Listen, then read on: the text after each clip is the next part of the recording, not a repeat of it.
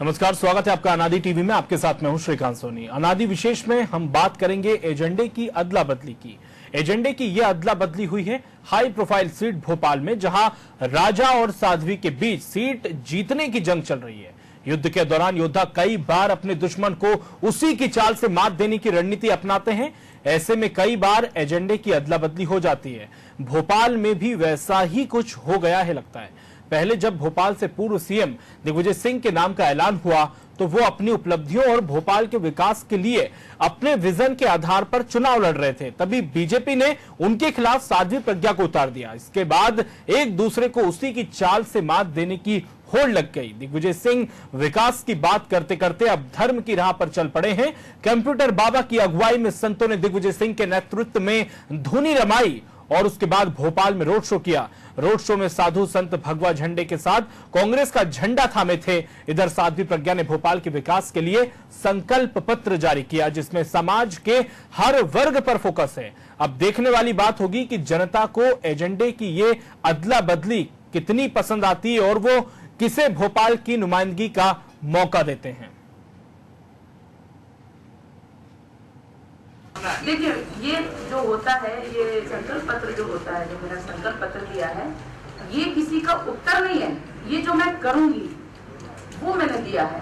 ये प्रत्युत्तर तो और प्रश्नोत्तर तो ये तो बात की मौखिक बात है। देखिए, ये जो होता है, ये संकल्प पत्र जो होता है, जो मैंने संकल्प पत्र दिया है, ये किसी का उत्तर नहीं है। ये जो मैं करूंगी वो मैंने दिया है। ये प्रत्युत्तर तो और प्रश्नोत्तर तो ये तो बात की मौखिक बात है। तो भोपाल हाई प्रोफाइल सीट इसलिए भी बन चुकी है क्योंकि यहां पर कांग्रेस ने पूर्व मुख्यमंत्री 10 साल मुख्यमंत्री रहे मध्य प्रदेश के दिग्विजय सिंह को मैदान में उतारा है। तो वहीं बीजेपी ने एक ऐसा चेहरा, एक ऐसा नाम यहां पर सामने ला दिया है जिससे कि भोपाल का जो चुनाव है वो वाकई हाई प्रोफाइल सीट में तब्दील हो चुकी है। यहां की जो सीट है, राजा और साध्वी के बीच सीट जीतने की जंग चल रही है। युद्ध के दौरान योद्धा कई बार अपने दुश्मन को उसी की चाल से मात देने की रणनीति अपनाते हैं। ऐसे में कई बार एजेंडे की अदला बदली हो जाती है। ऐसा ही भोपाल में देखने को मिल रहा है। भोपाल में पहले जब पूर्व सीएम दिग्विजय सिंह के नाम का ऐलान हुआ तो वो अपनी उपलब्धियों और भोपाल के विकास के लिए अपने विजन के आधार पर चुनाव लड़ रहे थे। उनका कहना था कि हम भोपाल के विकास की बात करते हैं, यहाँ कोई धर्म युद्ध नहीं होगा, यहाँ विकास पे चुनाव होगा। लेकिन धीरे धीरे एक यहाँ पर चुनाव जो है अब एजेंडे बदले जा रहे हैं। कभी जो कांग्रेस है वो साधु संतों का अब सहारा ले रही है, तो बीजेपी ने साध्वी प्रज्ञा को उतार कर हिंदुत्व का एक मुद्दा यहां पर बना दिया है।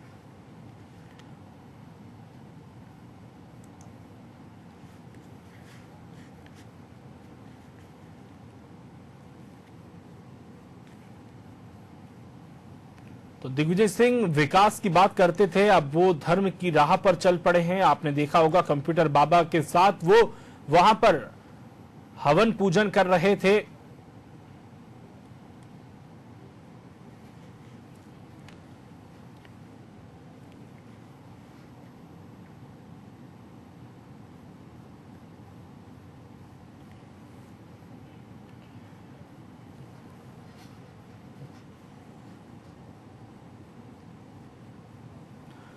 तो इस पर और बातचीत के लिए न्यूज रूम से मेरे सहयोगी जुड़ चुके आशीष मंगल सोनी। आशीष, आपसे मैं ये जानना चाहता हूं कि कांग्रेस उम्मीदवार दिग्विजय सिंह को जिताने के लिए अब कहीं ना कहीं साधु संतों ने भी मोर्चा पूरी तरह से खोल लिया है और आज पूजन पाठ का दूसरा दिन है। देखें श्रीकांत, सियासत में कुछ भी स्थायी नहीं होता है। हम इसलिए कह रहे हैं कि एजेंडा की अदला बदली हो गई है क्योंकि अब तक जो धर्म के नाम पर वोट मांगते थे, आज वो विकास के नाम पर वोट मांगने की अपील करते नजर आ रहे हैं। और अब तक जो विकास के नाम पर वोट मांगने की अपील करते आ रहे थे, आज वो धर्म की दुहाई देते हुए नजर आ रहे हैं। क्योंकि जिस तरीके से राजधानी भोपाल में तमाम साधु संत सड़कों पर उतरकर एक हाथ में भगवा और एक हाथ में कांग्रेस का झंडा लेकर दिग्विजय सिंह को जिताने की अपील कर रहे हैं। नर्मदा पदयात्रा करने के बाद, परिक्रमा पदयात्रा करने के बाद दिग्विजय सिंह को का जो सॉफ्ट हिंदुज्म का आरोप लगते आ रहा था उसको दूर करने की कोशिश की जा रही है। और बीजेपी मुख्यालय में साध्वी प्रज्ञा सिंह ठाकुर ने जिस तरीके से अपना दृष्टि पत्र जारी किया है, जो धर्म युद्ध होने का हवाला देती थी भोपाल लोकसभा के चुनाव को, वो अपने दृष्टि पत्र में भोपाल के विकास की बात करती हुई नजर आ रही है। पहले श्रीकांत उन बिंदुओं पर नजर डालने जिन पर साध्वी प्रज्ञा सिंह ठाकुर ने अपने विजन में, अपने दृष्टि पत्र में कहा है, तो उनमें सबसे अहम बिंदु है कि भोपाल में कई नई ट्रेनें शुरू की जाएगी, भोपाल को स्वच्छ शहर के रूप में संवारा जाएगा, भोपाल में स्मार्ट सिटी का काम जल्द पूरा किया जाएगा, भोपाल में स्किल डेवलपमेंट यूनिवर्सिटी खोली जाएगी, एम्स में नई सुविधाएं दी जाएगी, बिजनेस के लिए युवाओं को 50 लाख तक का लोन बिना गारंटी के दिया जाएगा, सरकार और जनता के बीच में संवाद के काम करेंगे, जीएसटी के तहत पंजीकृत सभी छोटे व्यापारियों को 10 लाख तक के बीमे की सौगात दी जाएगी। आशीष, मैं आपसे ये बिंदु समझूंगा, लेकिन इस वक्त हमारे साथ बीजेपी के प्रवक्ता दीपक विजयवर्गीय जी जुड़ चुके हैं। दीपक जी, बहुत बहुत स्वागत आपका अनादि टीवी पर। मैं आपसे जानना चाहता हूं दीपक जी, जो एजेंडा आप लेकर चलते थे हिंदू धर्म युद्ध, लेकिन अब कांग्रेस को जिताने के लिए भी साधु संतों ने ही मोर्चा खोल लिया है, कैसे देखते हैं आप?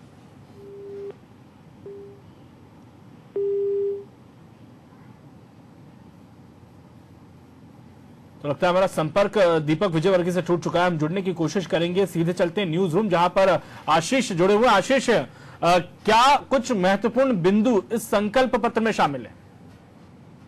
पहले मैं आपको महत्वपूर्ण बिंदु ही बता रहा था, वो तमाम बिंदु जो दृष्टि पत्र में शामिल किए गए थे। तो इन बिंदुओं को लेकर ये बात साफ है कि साध्वी प्रज्ञा सिंह ठाकुर ने भोपाल के विकास का विजन जनता के सामने रखा है। और अब तक दिग्विजय सिंह पर ये आरोप लगते आ रहे थे कि वो वोटों के ध्रुवीकरण की बात कर रहे हैं, या बीजेपी पर जो आरोप लगते आ रहे थे कि वोटों के ध्रुवीकरण करने की कोशिश की जा रही है। तो अब प्रचार में महज 2 दिन बाकी हैं, 3 दिन बाकी हैं। 10 तारीख की शाम को भोपाल लोकसभा के चुनाव के लिए जो मतदान होना है, वहां पर शाम 5 बजे प्रचार थम जाएगा। आज शाम बीजेपी के राष्ट्रीय अध्यक्ष अमित शाह का पुराने भोपाल में रोड शो होगा और उसके बाद साध्वी प्रज्ञा सिंह ठाकुर के समर्थन में वो वोट करने की अपील करेंगे। तो कुल मिलाकर भोपाल का सियासी जो पारा है वो बिल्कुल हाई पर है, प्रचार अपने परवान पर है, क्योंकि दोनों ही पार्टियों ने इस भोपाल लोकसभा सीट को एक हाई प्रोफाइल सीट बना दिया है। तो ऐसे में एजेंडा की अदला बदली का जो काम है, ये केवल वोटों को लुभाने की एक महज कवायद है। मैं आऊंगा, इस वक्त जेपी धनोपिया जी जुड़ चुके हैं, कांग्रेस के स्पोक पर्सन है, सीनियर। जेपी जी, आपका स्वागत अनादि टीवी पर। जो विकास की बात आप लेकर चले थे, दिग्विजय सिंह जब ये नाम फाइनल हो चुका था तो उन्होंने कहा था कि विकास पे यहां पर चुनाव लड़ेगा, लेकिन अब ये कहीं ना कहीं धर्म युद्ध में तब्दील होता जा रहा है, क्योंकि कांग्रेस को जिताने के लिए भी साधु संतों ने ही मोर्चा खोला है। नहीं, ऐसा नहीं है, विकास के नाम पर ही चुनाव हो रहा है। मुख्यमंत्री रहे आदरणीय दिग्विजय सिंह जी का अपना विजन डॉक्यूमेंट जारी हुआ है जी, और पूरे भोपाल को और सारे क्षेत्र को क्या का क्या काम होना है, किस कामों किया है, सारा उन्होंने अपना उल्लेख किया है। जनता इस बात को समझ रही है और दिग्विजय सिंह जी के पक्ष में एक माहौल वातावरण है। ये साधु संतों का जो रोड शो हो रहा है, ये तो वो साध्वी प्रज्ञा सिंह के खिलाफ हो रहा है।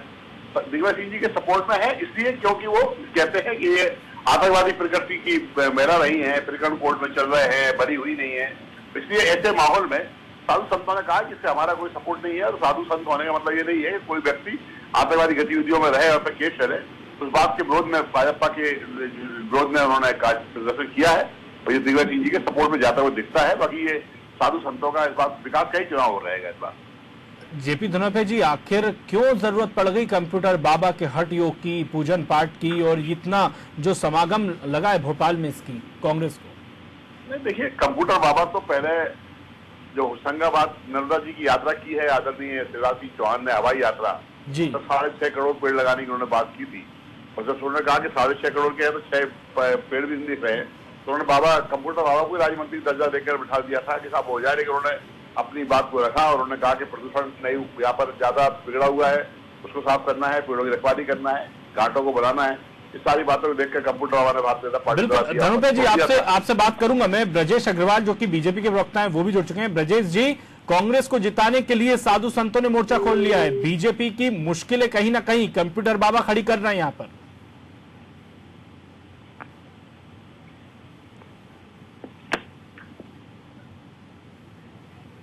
लगता है हमारा संपर्क टूट चुका है ब्रजेश अग्रवाल से। धनुप्रिया जी, आपसे बात मैं पूरी करूंगा। क्या आपको लगता है कि कंप्यूटर बाबा जो है वोट का रुख बदल पाएंगे? जो धार्मिक वातावरण है जिसको गुमराह करने का प्रयास किया जा रहा है भाजपा द्वारा, उसको सुधारने का काम कर रहे हैं कंप्यूटर बाबा। क्योंकि धर्म की बात नहीं है, विकास की बात है, और विकास की बात करके धर्म को राजनीति को अलग अलग करना चाह रहे हैं। मैं समझता हूँ कि फर्क पड़ेगा, देवेश जी को फायदा मिलेगा इस बात का।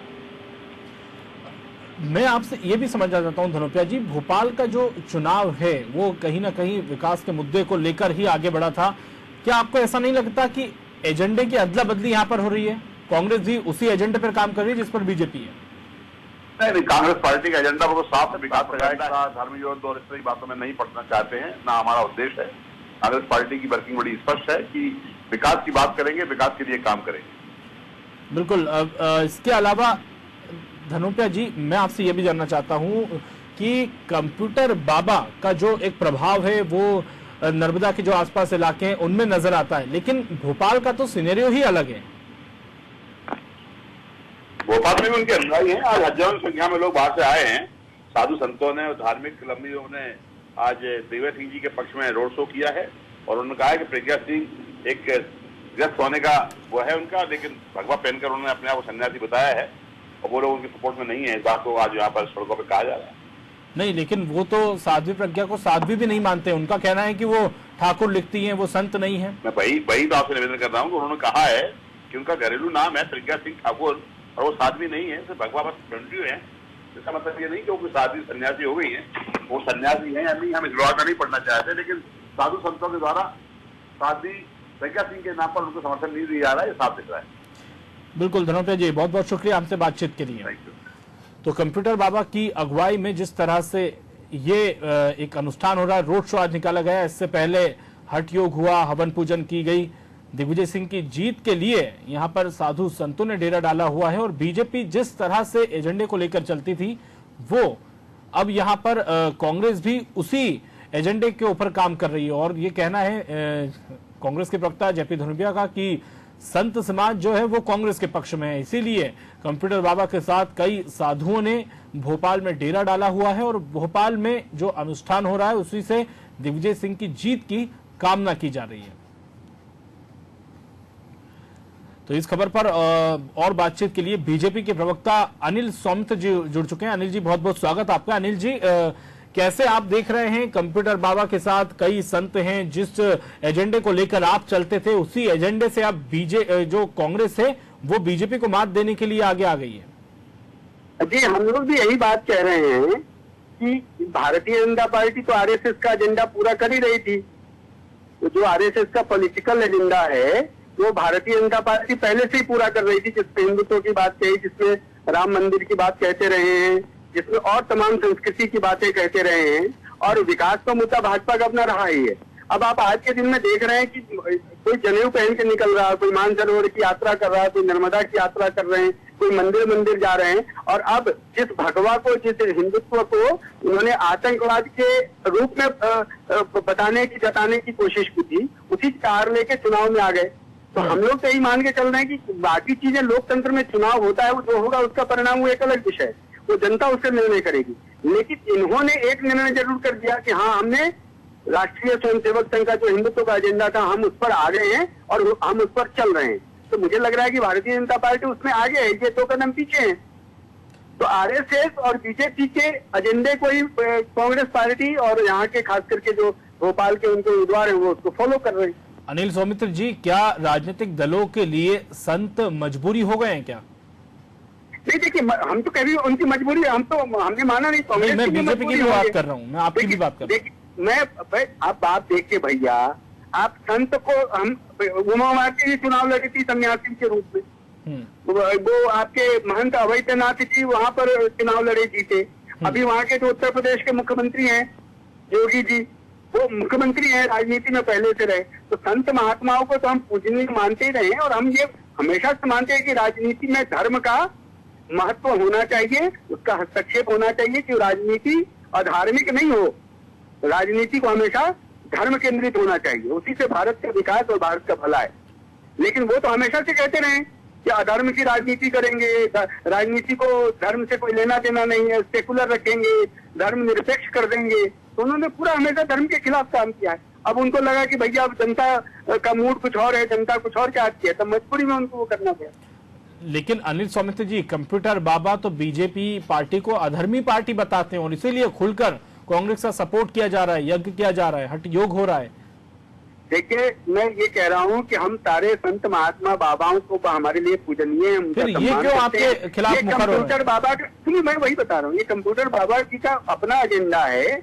और हम लोग सिर्फ इतना कह रहे हैं कि जिन पार्टी के प्रतिनिधि ने हिंदुत्व को, भगवा को, साधु संतों को आतंकवाद के दायरे में रखा, उनको आतंकवादी कहते रहे। और आपको मैं एक उदाहरण याद दिला रहा हूँ, जब यही कंप्यूटर बाबा को भाजपा शासन में उनको मंत्री का दर्जा दिया गया और शासन की कुछ व्यवस्थाएं दी गई, तो कांग्रेस के लोगों ने उसी का विरोध किया था। और उन्होंने कहा था कि बंदर बात कर रहे हैं कि शासन प्रशासन के उसको संसाधनों को। उनको पूछिए ना कांग्रेस के लोगों को कि जिनको पानी पी की आप आलोचना करते हो, गालियां देते हो, उनको क्यों साथ में लेके घूम रहे हो, उनको पूछना चाहिए। जी बिल्कुल अनिल जी, बहुत बहुत शुक्रिया हमसे बातचीत के लिए। तो बीजेपी का कहना है कि बीजेपी का एजेंडा साफ है, वो अपने एक जो एजेंडा लेकर चली है उसी पर वो अड़ी है। कांग्रेस उनके एजेंडे को कॉपी करने की कोशिश कर रही है। न्यूज रूम में मेरे सहयोगी आशीष जुड़े हुए हैं। आशीष, आपके पास वापस आना चाहूंगा। दोनों ही पार्टियों से बात की, बीजेपी का साफ तौर पर कहना है कि वो तो जो उनका एजेंडा लेकर चले उसी पर है, कांग्रेस कॉपी कर रही है। देखिए, जिस दिन साध्वी प्रज्ञा सिंह ठाकुर को भोपाल से बीजेपी का उम्मीदवार बनाया गया था, तब सबसे पहले उन्होंने सिर्फ साफ तौर पर यही कहा था कि ये धर्म युद्ध है और वो धर्म की लड़ाई में है। अधर्मी कौन है, भोपाल की जनता इसका जवाब देगी। जब धर्म के नाम पर सियासत शुरू की, धर्म के नाम पर आप चुनाव लड़ने के लिए मैदान में आए, तो फिर बाद में चुनावी पारा जैसे जैसे अपने परवान पर चढ़ता गया तो आपको विकास की याद आने लगी, क्योंकि धर्म के नाम पर दाल नहीं गल रही थी। और जो लोग विकास की दुहाई देते नजर आ रहे थे, उनको ऐसा लग रहा था कि विकास के नाम पर वोट नहीं मिलेंगे क्योंकि देश में राष्ट्रवाद का मुद्दा हावी है, तो अब धर्म के सहारे आना चाहिए। यही वजह रही कि तमाम बाबा और साधु संत राजधानी भोपाल में रोड शो करते हुए नजर आए, एक हाथ में कांग्रेस का झंडा और एक हाथ में भगवा झंडा लेते हुए ये बताने की कोशिश करते नजर आए कि कांग्रेस धर्म के साथ है। धर्म और राजनीति दोनों एक अलग अलग विषय हैं। जब तक धर्म के आधार पर, धर्म के हिसाब से राजनीति की जाएगी, तब तक समाज में एक परंपरा बनी रह सकती है श्रीकांत। लेकिन जब राजनीति से प्रेरित धर्म हो जाएगा तो धार्मिक व्याख्याएं अलग अलग तरीके से अपने अपने हिसाब से साधु संत करने लगते हैं। और आज के दौर में जिन साधु संतों ने रोड शो किया है, क्या वो साधु संत राजनीतिक दल के केवल एक प्रचार का जरिया बनकर रह गए हैं, जो लोगों से एक पार्टी के पक्ष में वोट मांगने की अपील कर रहे हैं? क्या धर्म के नाम पर उन साधु संतों को समाज के विकास और समाज के कल्याण का काम नहीं रह गया? यह बात दोनों ही राजनीतिक दलों पर लागू होती है, चाहे बीजेपी हो या कांग्रेस हो। उमा भारती साध्वी हैं, संत हैं, लेकिन जब वो राजनीति में आ गई तो उनका धार्मिक जो भी आवरण था वो उनकी जगह पर है, लेकिन धर्म के नाम पर सियासत करने वालों की जो बात है, जब उमा भारती संत थी फिर राजनीति में आ गई तो तब से लेकर वो राजनीति में है, धर्म के लिए कोई अलग से प्रचार प्रसार नहीं करती। लेकिन जो बाबा धर्म के नाम पर तमाम जगहों पर जाते हैं, चाहे कुंभ में जाते हैं या समाज के अलग अलग हिस्सों में जाते हैं, तो वहां उसके बाद एक परंपरा अलग सी बनी हुई आ गई है समाज में। और ऐसे में ये तमाम बाबा वोट के लिए कितनी अपील कर पाएंगे, ये देखने वाली बात होगी। बिल्कुल आशीष, मैं आपसे यह भी समझना चाहता हूं, भोपाल की सड़कों पर हम देखें तो दोनों ओर, एक तरफ कांग्रेस का झंडा भी हमें दिखाई देता है, दूसरी ओर बीजेपी का जो झंडा है वो कहीं ना कहीं अब भगवा, पूरी तरह से वो भगवा रंग में है, वो वहां पर लगे हुए हैं। तो ये एक, इसको हम किस तरह से देखें कि पूरी तरह से एक भगवा झंडा, पहले जो बीजेपी का झंडा होता था उसमें एक कमल होता था।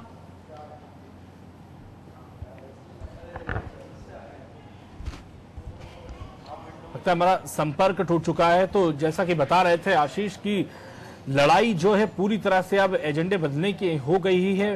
कांग्रेस की अगर बात करें या बीजेपी की, दोनों ही अब कहीं ना कहीं धर्म को लेकर।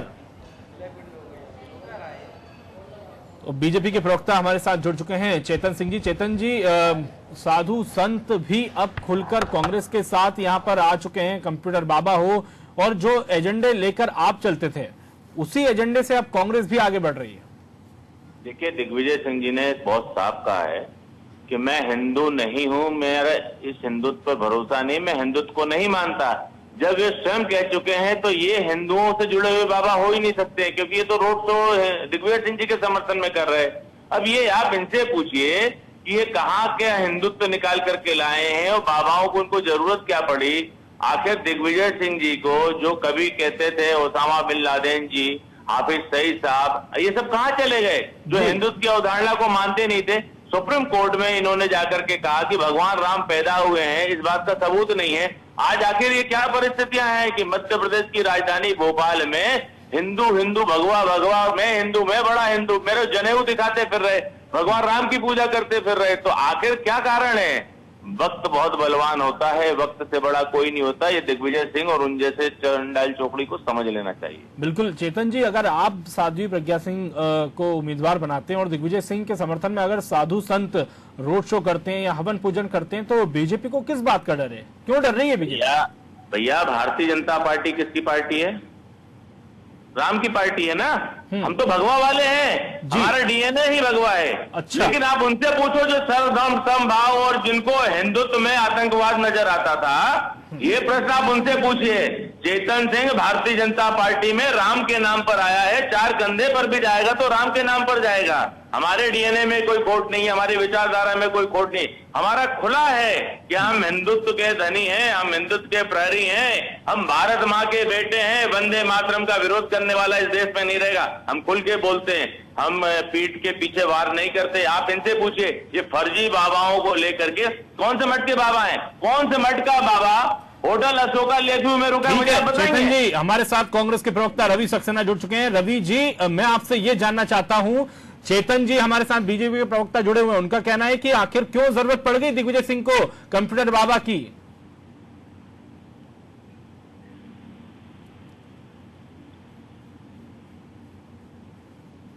नहीं आएगा आज कोई कांग्रेस का। जी रवि जी,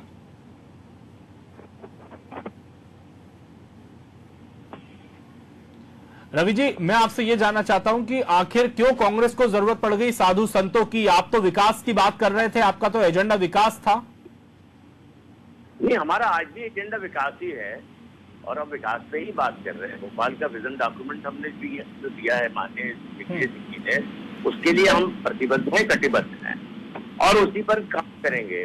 पर जिस तरह की बातें आज यहाँ भोपाल शहर में की जा रही हैं, वो तो एक वर्ग विशेष को जो है उसका ध्रुवीकरण करने के लिए प्रयास किया जा रहा है। तो निश्चित रूप से कुछ बाबू साधु संत जो हैं वो कांग्रेस के पक्ष में भी आके खड़े हो गए। जी, इसमें क्या बात है? बिल्कुल, वही तो सवाल पूछ रहा हूँ रवि सक्सेना जी कि आखिर कांग्रेस को साधु संत का सहारा क्यों लेना पड़ रहा है? क्या आप भी बीजेपी के एजेंडे को कॉपी कर रहे हैं? नहीं, हम उनका सहारा नहीं ले रहे हैं। जो साधु संत बीजेपी से नाराज हैं, उनकी वादाखिलाफी से, उनके जो कड़वे बोल वचन हैं और जिस तरह से उन्होंने साधु संतों की मंदिरों की जमीनों पर कब्जा किया है, साधु संतों को मानदेय देना था वो नहीं दिया है, तो निश्चित रूप से सारे लोग आज भड़के हुए हैं और वो सब आज कांग्रेस की और आशा भरी निगाहों से देख रहे हैं। कांग्रेस की और आशा भरी निगाहों से देख रहे हैं। चेतन जी, आपने सुना रवि सक्सेना जी ने कहा है। ये प्रमोद कृष्ण आचार्य कौन है? इनका चाल चरित्र चेहरा क्या है? कंप्यूटर बाबा कौन है? इनका चाल चरित्र चेहरा क्या है? पूछ लीजिए, आप इन्हीं से पूछ लीजिए, फिर मैं बताता हूं कि ये कौन है, कहां से आए हैं, जिनका डीएनए हिंदुओं से मैच नहीं होता। कांग्रेस ने हिंदुत्व को बदनाम करने का ठेका ले रखा है। भगवा को जिस प्रकार से इन्होंने आतंकवाद से जोड़ करके बदनाम करने की कोशिश की है, उसकी कीमत तो इनको चुकानी पड़ेगी, उससे कोई नहीं रोक सकता। जो भगवान राम के अस्तित्व में प्रश्न कर सकते हैं, जो राम के नहीं हुए, वो देश के क्या होंगे? जी रवि जी, जवाब दीजिए। मैंने आपको कहा इन लोगों का आजकल गर्मी ज्यादा पड़ रही है, तो इन लोगों का जो मानसिक संतुलन है वो सबका गड़बड़ा गया है। अब बताइए, ये कंप्यूटर बाबा की बात कर रहे हैं अब जी, लगता है हमारा संपर्क टूट चुका है। बहुत बहुत शुक्रिया। मैं बताता हूँ, कोई संपर्क नहीं टूटा था। ये कंप्यूटर बाबा को जूनागढ़ अखाड़े ने महामंडलेश्वर के पद से अयोग्य घोषित करके अपने अखाड़े से बाहर कर दिया है। ये बोल नहीं सकते। आचार्य प्रमोद कृष्णन गाना गाते हैं, तू चीज बड़ी है मस्त मस्त। ये कांग्रेस के संत हो सकते हैं, ये हिंदुस्तान के संत नहीं हो सकते। ये हिंदुत्व के संत नहीं हो सकते, ये भारत और अध्यात्म की संस्कृति के रक्षक नहीं हो सकते, ये बच्चक हैं, ये विदेशी फंड पर, विदेशी सारे पे चलने वाले साधुओं के वेश में राक्षस घुसे हुए हैं। हमारी तो सनातन संस्कृति है ना साहब, तब भी संत थे, तब भी राक्षसों के भेष में आते थे और हमारे यज्ञ पूर्ण नहीं हो इस बात के लिए वो सारे प्रयास करते थे। आज जब हिंदुत्व और भारत माँ दोनों का स्वाभिमान और शौर्य 7 समंदर पार भी शान के साथ तिरंगे के रूप में लहरा रहा है, तो ये इस तरह का षड्यंत्र कर रहे हैं। ठीक है चेतन जी, बहुत बहुत शुक्रिया हमसे बातचीत के लिए। तो सीधे चलेंगे न्यूज रूम, जहां पर मौजूद है सहयोगी आशीष मंगल सोनी। आशीष, पूरी तरह से अगर कांग्रेस को भी हम सुने, बीजेपी को भी सुने, तो वो अब धर्म की ओर ही आगे आ रहे हैं, जैसा कि अभी आप कुछ देर पहले भी बता रहे थे। देखिए श्रीकांत, अब धर्म के नाम पर सियासत तेज हो गई है, क्योंकि कुछ ही दिन बचे हैं प्रचार में और 12 तारीख को राजधानी भोपाल में वोटिंग होना है। देश की सबसे हाई प्रोफाइल सीट बनी हुई है, एक तरफ साध्वी प्रज्ञा सिंह ठाकुर, दूसरी तरफ दिग्विजय सिंह। राजा वर्सेस साध्वी की ये लड़ाई में अब तक धर्म के नाम पर केवल बीजेपी ही वोट मांगते नजर आ रही थी, लेकिन कहीं ना कहीं कांग्रेस को ऐसा लगा कि धर्म के नाम पर वोट मांगने में शायद ये सीट कांग्रेस के हाथ से जा सकती है, और यही वजह रही कि तमाम साधु संत राजधानी भोपाल में आकर रोड शो करके ये साबित करने में लगे हुए हैं कि धर्म के साथ कांग्रेस भी खड़ी हुई है। दूसरी तरफ विकास के नाम पर अब बीजेपी भी आ गई है, क्योंकि उसे ऐसा लगा कि केवल धर्म के नाम पर वोट नहीं मिल सकते, विकास की बात भी करना होगी, क्योंकि केंद्र सरकार भी विकास की दुहाई दे रही है। तो ये धर्म और विकास को लेकर जिस तरीके से सियासत चल रही है, इसके बीच में यह देखना दिलचस्प होगा कि भोपाल की जनता धर्म के नाम पर विकास की आड़ लेने वाले नेताओं के साथ खड़ी होगी, विकास के नाम पर जो राजनीतिक दल है उनके साथ खड़ी होगी, या फिर राष्ट्रवाद जैसे मुद्दों के साथ खड़ी नजर आएगी। बिल्कुल आशीष, यानी कि बहुत बहुत शुक्रिया तमाम जानकारी के लिए। तो कहा यही जा सकता है कि जो बीजेपी अपने एजेंडे को लेकर चली थी, वहीं कांग्रेस भी अब धर्म को लेकर आगे आ गई है, और अब ये जनता ही बताएगा, जनता ही समझाएगी कि कौन अधर्मी है। इस खास पेशकश में इतना ही। आप जुड़े रहिए अनादि टीवी के साथ। नमस्कार।